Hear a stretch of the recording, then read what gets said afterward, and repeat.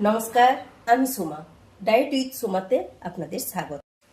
দিদিরা, এই গরমে একটা ভুল আমরা সবাই করি, জানেন? আমরা সারাদিন ঘামি আর জল খাই, ভাবি জল খেলেই হবে, কিন্তু তা হয় না দিদি। ঘামের সাথে লবণ এবং মিনারেলস সব বেরিয়ে যায়। তখন আমাদের মাথা ঘোরে, দুর্বল লাগে, স্কিন খারাপ হয়ে যায় এবং বয়সের ছাপ চলে আসে। শুধু জল না, জলের সাথে শরীরের যা যা প্রয়োজন সেটাও দিতে হবে, না হলে এই গরমে শরীর ভেতর থেকে ভেঙে পড়বে। আমি এই গরমে নিজেকে কিভাবে সুস্থ রাখতে পেরেছি এবং কি করি প্রতিনিয়ত, কিভাবে ফিট রেখেছি, এই গরমের মধ্যেও নিজেকে হাইড্রেট করে রেখেছি, সেটা জানতে চাইলে আপনি আমাকে ইনবক্স করুন, মেসেজ করুন। আমি আপনাকে সবসময় গাইড দেব। সব দিদিকে আলাদা আলাদা গাইড করে দেব, কারণ সব দিদির বডি আলাদা।